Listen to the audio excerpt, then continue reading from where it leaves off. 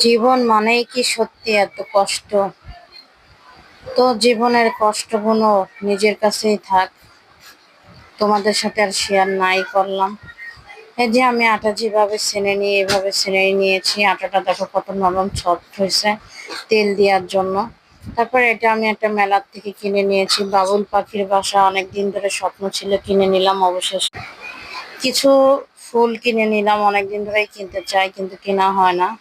যখনই কিনতে যাই কোনো কিছু হাজবেন্ড না করে, তো কিছু প্রয়োজন জিনিস কিনেছি।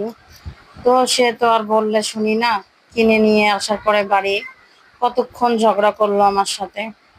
তো আমার হাজবেন্ডও ছোট মানুষের মতন আমার সাথে ঝগড়া করে, আমিও ঝগড়া করি তার সাথে।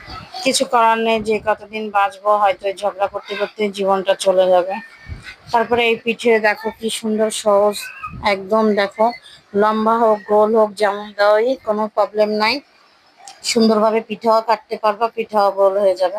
কিছু পিঠে বানিয়ে নিয়েছি দেখো, আরো এগুলো বানায় রেখেছি, এগুলো ভরে ডিপে রেখে দিয়েছি, আর কিছু পিঠা ভেজে নিচ্ছি।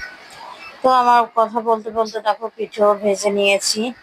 আর আমার বাচ্চা তো ঘোড়া দেখলে ঘোড়ায় উঠতে চায়, তো সে ঘোড়ায় উঠছে জানি না।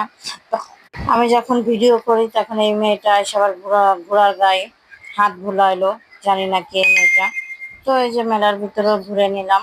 আর আমার বাচ্চা যখনই ভিডিও করি বা ছবি তুলি হাসি দিতে চায় না, মুখটা কালো করে ফেলে কেন জানি না। তো এই যে ভিডিও হালকা পাতলা কিছু তোমাদের দেখালাম। আসলে আমার এত ঘুরে ভিডিও ভিডিও করতে ভালো লাগে না, কথাও বলতে ভালো লাগে না, কিন্তু কি করা, এই হালকা পাতলা কিছু ভিডিও করছি সেটাই তোমাদের মধ্যে শেয়ার করলাম।